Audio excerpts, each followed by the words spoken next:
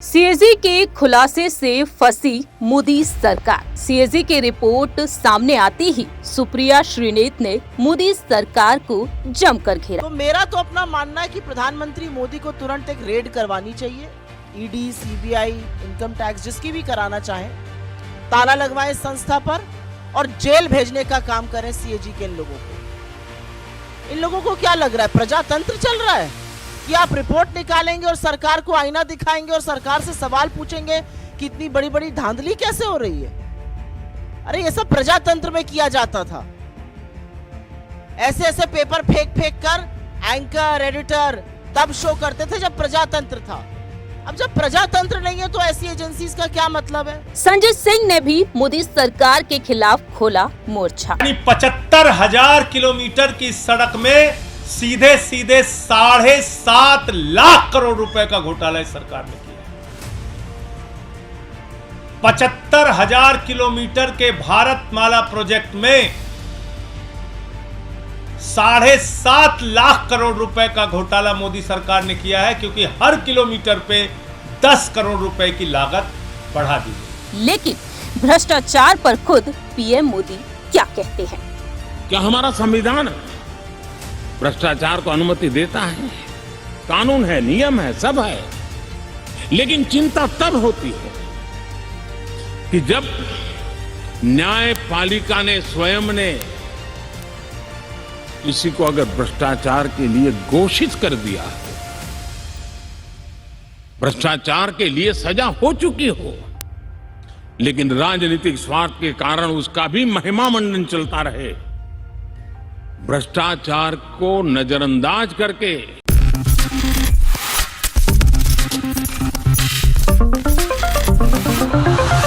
इस वक्त सत्ता में है भारतीय जनता पार्टी और भारतीय जनता पार्टी विपक्षी दलों के लगातार निशाने पर बनी हुई है। 2024 जैसे जैसे नजदीक आ रहा है वैसे वैसे ही मुश्किलें कहीं ना कहीं बढ़ती हुई दिखाई दे रही हैं सत्ता में मौजूद मोदी सरकार की। और ऐसे में देखा जाए तो हाल ही में जो कैग की रिपोर्ट सामने आई है, उस रिपोर्ट ने यहाँ पर अब मोदी सरकार की मुश्किलों को कहीं ना कहीं और भी ज्यादा बढ़ा दिया है। जी हाँ, जानकारी के लिए आपको बता दें कि अब देश के प्रधानमंत्री नरेंद्र मोदी से एक बार फिर से सवाल पूछे जा रहे हैं विपक्षी दलों की तरफ से। कैग रिपोर्ट में जो बड़ा खुलासा हुआ है, उस बड़े खुलासे से वाकई में सियासत और भी ज्यादा गर्मा चुकी है। नमस्कार, मैं प्रांशी राठौर और आप देख रहे हैं नेक्स्ट 9 न्यूज। दरअसल दर्शकों, इस वक्त देखा जाए तो डर और खौफ दोनों ही चीजें इस वक्त मोदी सरकार में देखने को मिल रही हैं। 2024 में लोकसभा चुनाव होने जा रहे हैं और इन चुनाव से पहले सियासी माहौल लगातार बढ़ता ही जा रहा है। हर 5 वर्षों के बाद लोकसभा चुनाव होते हैं, लेकिन आखिरकार 2024 ही अलग क्यों? क्योंकि मौजूदा समय में देखा जाए तो यहाँ पर मोदी सरकार को लेकर अहम दावे किए जा रहे हैं। ऐसे में देखा जाए तमाम फाइल्स और दस्तावेजों को लेकर, जी हाँ, अगर 2024 में बीजेपी कहीं ना कहीं हार का सामना कर लेती है तो यहाँ पर जो दस्तावेज हैं, जो फाइलें हैं, कहीं ना कहीं खुलती हुई देखी जाएंगी और मोदी सरकार की मुश्किलें और भी ज्यादा बढ़ जाएंगी। और अब यहाँ पर देखा जाए जो रिपोर्ट सामने आ रही हैं, जब जब खुलासे किए गए हैं सीएजी की तरफ से, सेबी की तरफ से, तब तब मुश्किलें बढ़ती हुई भी देखी गई हैं और सियासत और भी ज्यादा गर्माती हुई देखी गई है। ऐसे में देखा जाए जो हाल ही में कैग की रिपोर्ट सामने आई है, उस कैग की रिपोर्ट में 7 बड़े घोटाले जिस तरीके से सामने आए हैं, जिससे कि देश के प्रधानमंत्री से एक बार फिर से विपक्षी दल सवाल पूछते हुए नजर आ रहे हैं। जी हाँ, जानकारी के लिए आपको बता दें कि कैग ने जिस तरह से खुलासे किए हैं, उस खुलासे के बाद जो इंडिया महागठबंधन है, उस महागठबंधन में जो तमाम विपक्षी दल हैं, एक एक करके सवाल पूछ रहे हैं, मोदी सरकार को घेरते हुए नजर आ रहे हैं। लाल किले के प्राचीर से 15 अगस्त के दिन स्वतंत्रता दिवस के मौके पर देश के प्रधानमंत्री नरेंद्र मोदी जी अपनी बात रखते हैं। वह भ्रष्टाचार को लेकर खुलकर अपनी बात रखते हैं, लेकिन अब देखा जाए तो मोदी सरकार खुद भ्रष्टाचार में लिप्त नजर आ रही है विपक्षी दलों की। ऐसे में आपको बता दें कि खुद देश के प्रधानमंत्री भ्रष्टाचार को लेकर क्या कुछ कहते हुए नजर आए हैं। जी हाँ, तकरीबन 1 साल पुराना जो वीडियो है जब उन्होंने सदन में अपनी बात रखी थी। सबसे पहले आपको वो वीडियो सुनाते हैं कि पीएम मोदी ने यहाँ पर भ्रष्टाचार को लेकर क्या कुछ कहा है। सुनिए जरा। भ्रष्टाचार, क्या हमारा संविधान भ्रष्टाचार को अनुमति देता है? कानून है, नियम है, सब है। लेकिन चिंता तब होती है कि जब न्यायपालिका ने स्वयं ने किसी को अगर भ्रष्टाचार के लिए घोषित कर दिया, भ्रष्टाचार के लिए सजा हो चुकी हो, लेकिन राजनीतिक स्वार्थ के कारण उसका भी महिमा मंडन चलता रहे, भ्रष्टाचार को नजरअंदाज करके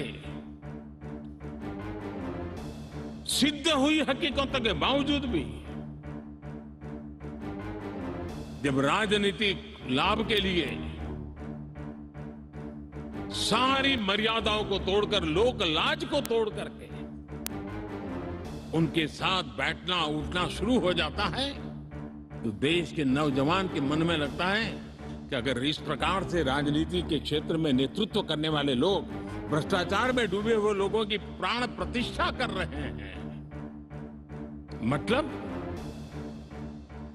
उनको भी वो रास्ता मिल जाता है कि भ्रष्टाचार के रास्ते पर चलना बुरा नहीं है।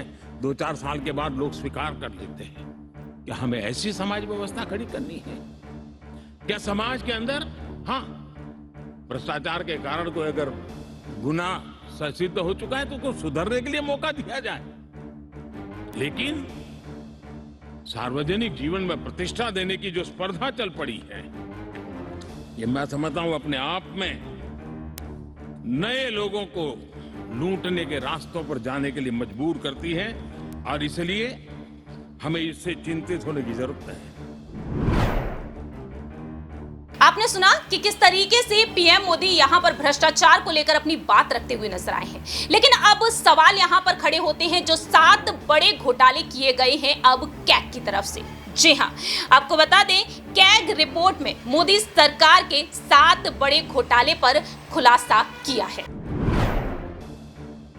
सबसे पहला यहाँ पर जो घोटाला सामने आया है, पहले अगर घोटाले पर रुक किया जाए तो यहाँ पर देखा जाए तो इस वक्त सवाल लगातार उठ रहे हैं कि आखिरकार ऐसे कौन कौन से यहाँ पर जो प्रोजेक्ट हैं जिनको लेकर अब ये खुलासा किया जा चुका है। इनमें से पहला है भारतमाला प्रोजेक्ट। इस प्रोजेक्ट के तहत 70 किलोमीटर की सड़क बनानी थी। इसके लिए cabinet committee on economic affairs ने फंड जारी किया और इसकी अध्यक्षता खुद पीएम मोदी कर रहे हैं। खुद पीएम मोदी इसके खर्चे की भी निगरानी करते हैं। लेकिन यहाँ पर सामने आया है कि जो सड़क 15 करोड़ 37 लाख में बनानी थी, लेकिन जिसकी रकम बढ़ाकर 32 करोड़ 17 लाख रुपए कर दिया गया। दूसरा है द्वारका एक्सप्रेस घोटाला। इनमें 1 किलोमीटर सड़क बनाने के लिए 18 करोड़ के बजट को मंजूरी दे दी गई, लेकिन 18 किलोमीटर की जगह 250 किलोमीटर के खर्चे को मंजूरी दी गई। तीसरा है टोल प्लाजा। कैग रिपोर्ट के मुताबिक जिस तरह से सामने आया है, कैग ने जांच में पता लगाया कि जनता को चूना लगाया जा रहा है। तकरीबन 132 करोड़ का घोटाला हुआ। कैग ने जो टोल चुने थे उनमें से 3 पर कंस्ट्रक्शन चल रहा था और अंडर कंस्ट्रक्शन टोल प्लाजा पर 75% की छूट भी यहाँ पर नजर आई। वहीं इनमें से चौथा प्रोजेक्ट है अयोध्या डेवलपमेंट प्रोजेक्ट। अयोध्या से भी जब ये चौंकाने वाली खबर सामने आई कि यहाँ पर देखा जाए तो भगवान राम की नगरी जो कही जाती है, यहाँ पर भगवान के नाम पर देखा जाए तो किस तरह से मोदी सरकार यहाँ पर भी कहीं ना कहीं एक बड़ा घोटाला करती हुई देखी गई है। दरअसल आपको बता दें, यहाँ पर सामने आया है कि स्वदेश दर्शन योजना के तहत हुए विकास कार्यों में 20 करोड़ का घोटाला सामने आया। भारत के नियंत्रक एवं महालेखा परीक्षक यानी कि कैग ने अपनी रिपोर्ट में ये खुलासा किया। रामनगरी के गुप्तार घाट के आसपास हुए काम में ठेकेदारों को अनुचित लाभ पहुंचाने की बात भी यहां पर सामने आई। वहीं पांचवा है आयुष्मान भारत योजना। कैग के मुताबिक सामने आया है कि एक ही मोबाइल से लाखों का रजिस्ट्रेशन हुआ। योजना का लाभ लाने के लिए आयुष्मान भारत प्रधानमंत्री जन आरोग्य योजना में कई फर्जीवाड़े भी हुए हैं, जिनमें बेनिफिशियरी आइडेंटिफिकेशन सिस्टम के जरिए सबसे बड़ी गड़बड़ी भी देखने को मिली। योजना के लगभग 7,50,000 लाभार्थियों का मोबाइल नंबर लगभग यहां पर देखा गया तो सेम ही पाए गए हैं, जैसे कि यहां पर यह भी सामने आया है कि मोदी सरकार एक बार फिर से सवालों के घेरे में खड़ी होती हुई नजर आई। बात यहां पर की जाए मध्य प्रदेश की तरफ, तो मध्य प्रदेश से चौंकाने वाली खबर सामने आई आयुष्मान भारत योजना से जो जुड़ी रही। 120 निजी अस्पतालों में 200 करोड़ रुपयों का घोटाला देखने को मिला, जिसमें भोपाल, ग्वालियर, इंदौर, जबलपुर के साथ प्रदेश के देखा जाए तो यहां पर निजी अस्पताल भी शामिल रहे। भोपाल, जबलपुर के कुछ अस्पतालों के खिलाफ एफआईआर भी दर्ज कराई गई। इसके अलावा यहां पर देखा गया, हैरानी की बात यह रही कि 447 ऐसे पेशेंट रहे जिनकी भर्ती होने से पहले ही उनकी मौत हो गई। वो इस दुनिया को अलविदा कहकर चले गए।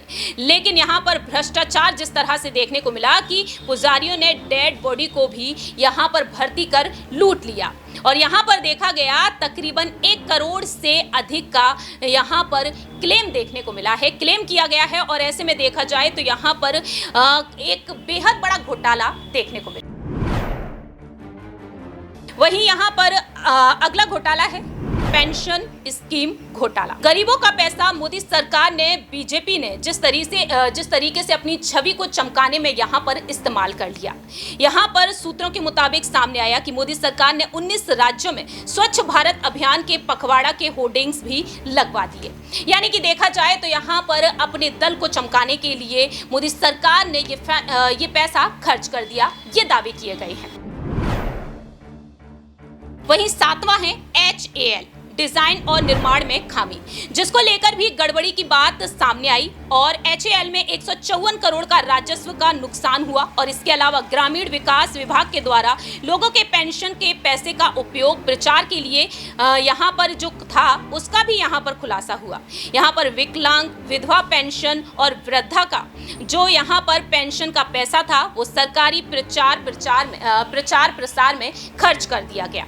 इस तरह से देखा जाए तो यहाँ पर मोदी सरकार इन घोटालों की वजह से अब सवालों के घेरे में खड़ी हो चुकी है। जहां एक तरफ हमने आपको बताया कि कैग रिपोर्ट में किस तरह से 7 बड़े घोटाले को लेकर खुलासा हुआ है, वहीं देखा जाए तो कैग रिपोर्ट पर अब विपक्ष ने जमकर निशाना साधा है। इस खास रिपोर्ट के जरिए आपको बताते हैं कि कांग्रेस से प्रवक्ता सुप्रिया श्रीनेत ने किस तरह से डंके की चोट पर अपनी बात रखी, तो वहीं आम आदमी पार्टी ने भी यहां पर मोर्चा खोल दिया है। आम आदमी पार्टी से संजय सिंह भी जमकर एक तरीके से देखा जाए तो चुनौती देते हुए नजर आए हैं मोदी सरकार को। सुनिए जरा।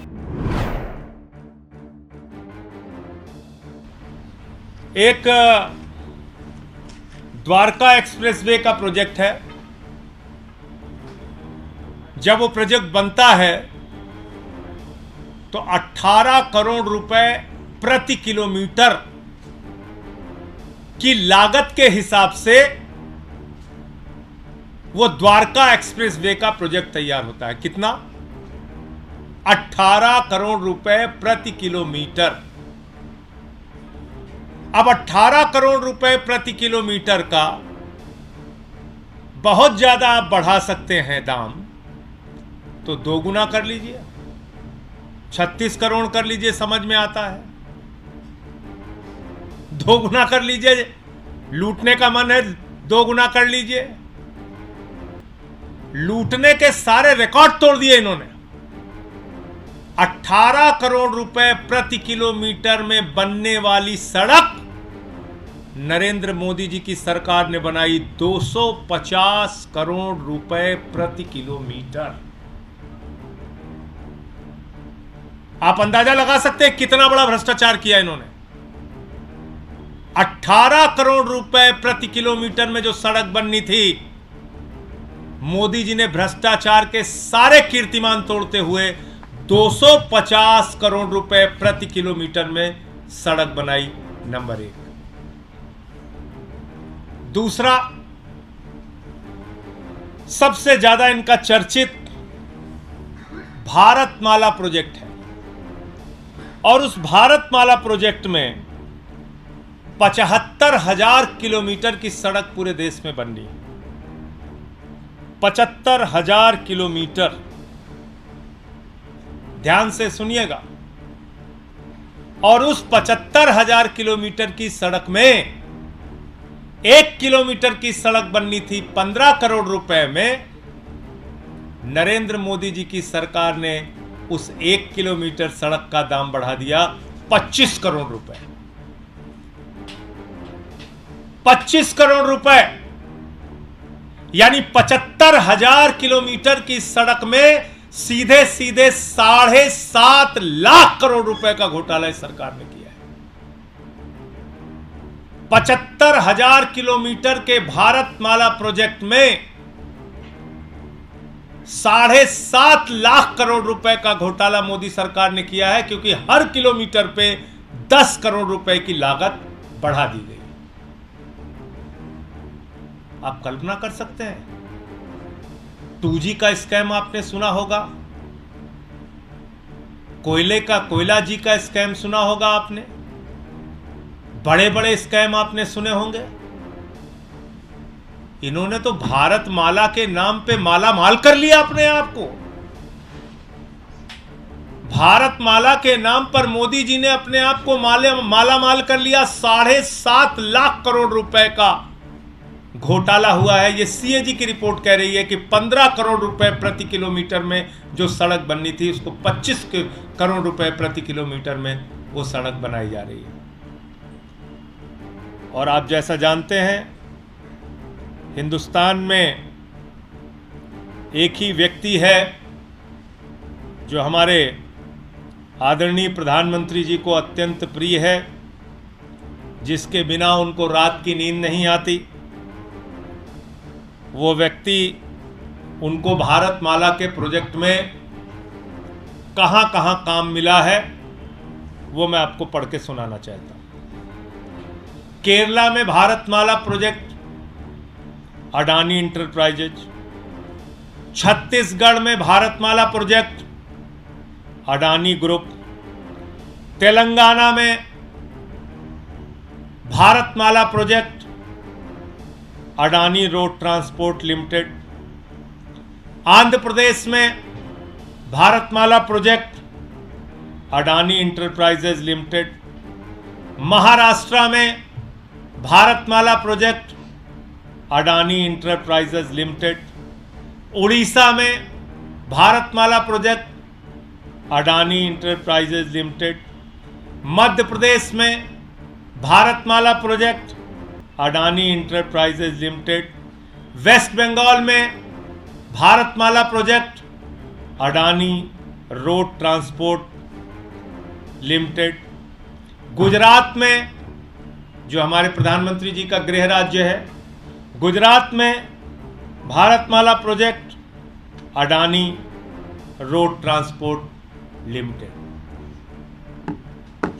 पूरे देश में भारतमाला प्रोजेक्ट में सबसे बड़ा लाभ पाने वाला व्यक्ति देश के प्रधानमंत्री आदरणीय नरेंद्र मोदी का सबसे करीबी मित्र अडानी और उसकी कंपनियां हैं।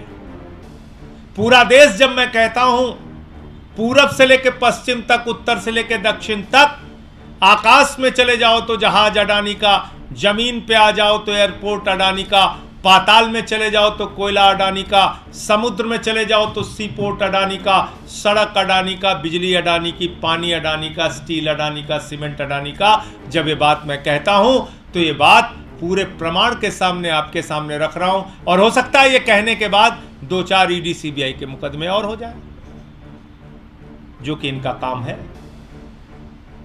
हो सकता है संसद से एक सत्र के लिए निलंबन और बढ़ा है और बढ़ जाए, लेकिन सच तो बोलना पड़ेगा। मोदी जी, भ्रष्टाचार के खिलाफ आप भाषण दोगे पूरे देश में और अपने दोस्त के साथ मिलकर भ्रष्टाचार करोगे, सीएजी की रिपोर्ट में उसके प्रमाण सामने आएंगे, तो हम लोग तो चुप रहने वाले नहीं है। और मैं तो पूरे इंडिया गठबंधन के दलों को कहना चाहता हूं, प्रधानमंत्री नरेंद्र मोदी और उनकी सरकार का चेहरा पूरे देश के सामने उजागर कीजिए। लेकिन मेरा अपना मानना है कि इस देश में एक देश विरोधी, मोदी विरोधी संस्था है, वो इंटरनेशनल साजिश का शिकार है और उस संस्था का नाम है CAG, controller and auditor general. सरकार के सारे खर्चों का ऑडिट करती है ये संस्था। बड़ी देश विरोधी संस्था है। एक नहीं, दो नहीं, तीन नहीं, सात बड़े CAG घोटालों का पर्दाफाश पिछले कुछ ही दिनों में किया है। तो मेरा तो अपना मानना है कि प्रधानमंत्री मोदी को तुरंत एक रेड करवानी चाहिए। ED, CBI, इनकम टैक्स, जिसकी भी कराना चाहें, ताला लगवाएं इस संस्था पर और जेल भेजने का काम करें CAG के इन लोगों को। इन लोगों को क्या लग रहा है, प्रजातंत्र चल रहा है कि आप रिपोर्ट निकालेंगे और सरकार को आईना दिखाएंगे और सरकार से सवाल पूछेंगे कि इतनी बड़ी बड़ी धांधली कैसे हो रही है? अरे ये सब प्रजातंत्र में किया जाता था। ऐसे ऐसे पेपर फेंक कर एंकर, एडिटर तब शो करते थे जब प्रजातंत्र था। अब जब प्रजातंत्र नहीं है तो ऐसी एजेंसीज का क्या मतलब है? लगवा दीजिए तुरंत ताला इस पर और भेजिए जेल। इनकी हिम्मत कैसे हो रही है एक नहीं, दो नहीं, सात घोटालों का पर्दाफाश करने की? और बड़े बड़े घोटाले हैं, बड़े बड़े मंत्रालयों के घोटाले हैं और ऐसे घोटाले हैं जिन घोटालों से आपके जेब पर डाका डाला जा रहा है, ये याद रखिएगा। लेकिन मोदी जी कहां कुछ गलत करते हैं। मोदी जी ने बड़ा पैसा खर्च करके खूब सारे मीडिया प्रचार प्रसार से अपनी एक छवि बनाई थी। दिन भर ईमानदारी ईमानदारी ईमानदारी की उस छवि का दंभ भरते हैं। अब ये CAG रिपोर्टें जो हैं, एक नहीं, दो नहीं, 7, वो उस छवि को पूरी तरह से ध्वस्त कर देती हैं, बर्बाद कर देती हैं। तो कुछ सवाल बनते हैं, लेकिन इस देश विरोधी संस्था को तो बंद होना चाहिए भाई। बहुत गलत बात है, मोदी जी के साथ बड़ी बेइंसाफी है। उनकी नाक के नीचे जो घोटाले और भ्रष्टाचार हो रहा है उसको उजागर कर रहे हैं। भला बताइए, ये काम है संस्थाओं का? कैसे ये काम कर रहे हैं? पक्का किसी इंटरनेशनल साजिश का साथ देते हैं ये। शुरू में करूंगी 7 घोटाले। एक पहला है भारतमाला प्रोजेक्ट से करीब 70-75 हजार किलोमीटर की सड़क बननी थी और इसका पैसा CCA, cabinet committee on economic affairs, जो आर्थिक मामलों की कैबिनेट कमेटी होती है जिसकी अध्यक्षता स्वयं प्रधानमंत्री करते हैं, उन्होंने इसका फंड दिया था। और फंड ही नहीं दिया था, वो इसमें पैसा खर्चा कैसे होता है उसकी निगरानी भी करते हैं। इसमें जो भी टोटल, और इसका हम आपको प्रेस रिलीज में सारे फिगर्स दे रहे हैं, इसमें 15 करोड़ 37 लाख रुपए पर 1 किलोमीटर सड़क बननी थी। इन लोगों ने बढ़ाकर 32 करोड़ 17 लाख कर दिया, दुगने से भी ज्यादा। और ये PM की निगरानी में CCA की नाक के नीचे भारत सरकार के आंखों के सामने हो रहा था। सिर्फ पैसा ही नहीं दोगुना किया गया, इसमें और भी बड़ी धांधलियां सामने आई हैं। इसमें पता चला है कि फर्जी दस्तावेजों के आधार पर बिडर्स का चयन हो गया। बिडिंग प्रक्रिया में बड़ा फर्जीवाड़ा सामने आया है। विस्तृत परियोजना रिपोर्ट पर काम भी नहीं हुआ। एस्क्रो अकाउंट से करीब 3,500 करोड़ रुपए का हेरफेर हुआ। और सबसे बड़ी बात यह है कि इसके किसी भी जब रोड बनता है तो एक सेफ्टी कंसल्टेंट रखा जाता है कि आपके और हमारे जैसे लोग जो इस देश के नागरिक हैं जब सड़क पे चलें तो सुरक्षित रहें। सरकार ने यह भी जरूरी नहीं समझा। भारतमाला के कितने ही हिस्सों में एक भी सेफ्टी कंसल्टेंट नहीं है। तो अगर आप भारतमाला की किसी सड़क पर चल रहे हैं करीब 70,000 किलोमीटर की, तो अपनी जान की, अपने माल के, अपने खुद के रखवाले आप हैं। सरकार की जिम्मेदारी नहीं, क्योंकि उनके पास सेफ्टी कंसल्टेंट रखने का टाइम ही नहीं था। तो भारतमाला में दुगनी करी लागत और हर तरह के फर्जीवाड़ा करके भगवान जाने किसको किसको ये टेंडर दिए गए, जिन्होंने सेफ्टी कंसल्टेंट्स तक नहीं रखे। एस्क्रो अकाउंट से हेरा फेरी हुई। फिर यही द्वारका एक्सप्रेसवे, आपने सुना कि किस तरीके से यहाँ पर संजय सिंह और सुप्रिया श्रीनेत डंके की चोट पर अपनी बात रखे हैं। लेकिन अब आपको बताते हैं कि आखिरकार कांग्रेस राष्ट्रीय अध्यक्ष मल्लिकार्जुन खड़गे और दिल्ली के मुख्यमंत्री अरविंद केजरीवाल क्या कुछ कहते हैं। कांग्रेस के राष्ट्रीय अध्यक्ष मल्लिकार्जुन खड़गे ने साफ तौर पर कहा, मोदी सरकार का हवाई चप्पल पहन हवाई सफर करने का वादा उनके हर वादे की तरह हवा हवाई हो गया। ये हम नहीं कह रहे, कैग रिपोर्ट कह रही है। योजना 93% रूट्स पर नहीं चली। एयरलाइंस का इंडिपेंडेंट ऑडिट भी नहीं हुआ। वहीं बहुप्रचारित हेलीकॉप्टर सर्विस भी ठप रही।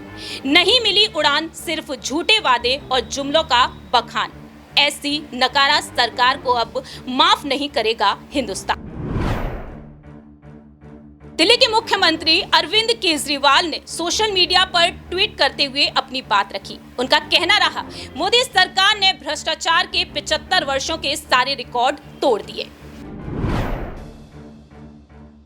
इस तरह से अरविंद केजरीवाल और मल्लिकार्जुन खड़गे ने सोशल मीडिया के जरिए अपनी बात रखी। लेकिन यहाँ पर बीजेपी खेमे की तरफ से क्या कुछ कहा गया। दरअसल आपको बता दें कि यहाँ पर अब केंद्रीय मंत्री नितिन गडकरी ने इन सवालों का बखूबी जवाब दिया। नितिन गडकरी का कहना साफ तौर पर रहा है, कैग की रिपोर्ट आ जाने के बाद केंद्रीय सड़क परिवहन एवं राजमार्ग मंत्री नितिन गडकरी का कहना साफ तौर पर रहा, यहां पर द्वारका एक्सप्रेसवे के निर्माण लागत को लेकर जो सवाल उठाए गए उस पर उन्होंने नाराजगी जाहिर की। उनका कहना रहा, हमने द्वारका एक्सप्रेसवे में निर्माण के खर्च को कम किया। इस एक्सप्रेसवे के निर्माण में 12% पैसा बचाया गया। गडकरी के मुताबिक सामने आया कि अगर विपक्षी नेता अगर एक्सप्रेसवे के निर्माण में घोटाले को साबित कर दें तो वो हर सजा के लिए तैयार हैं। द्वारका एक्सप्रेसवे से 29 किलोमीटर का हाईवे है। इसमें 6 टनल हैं और इनके लिए निकाले गए टेंडर में रेट 206 करोड़ रुपए प्रति किलोमीटर है। वहीं यहां पर उनका कहना रहा कि हमने हाईवे के निर्माण में 12% पैसा बचाया।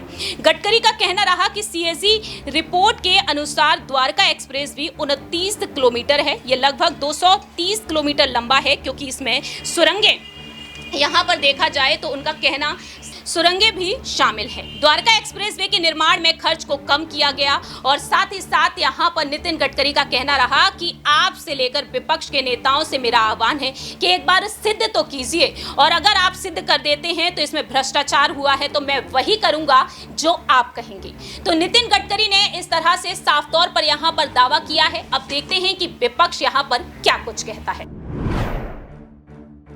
जहां एक तरफ यहां पर बीजेपी और माफ कीजिएगा इंडिया महागठबंधन में इसको लेकर बहस जारी है, आरोप प्रत्यारोप का सिलसिला जारी है, लेकिन इस मामले में पब्लिक क्या कहती है, आखिरकार यहां पर पब्लिक का क्या कुछ कहना है।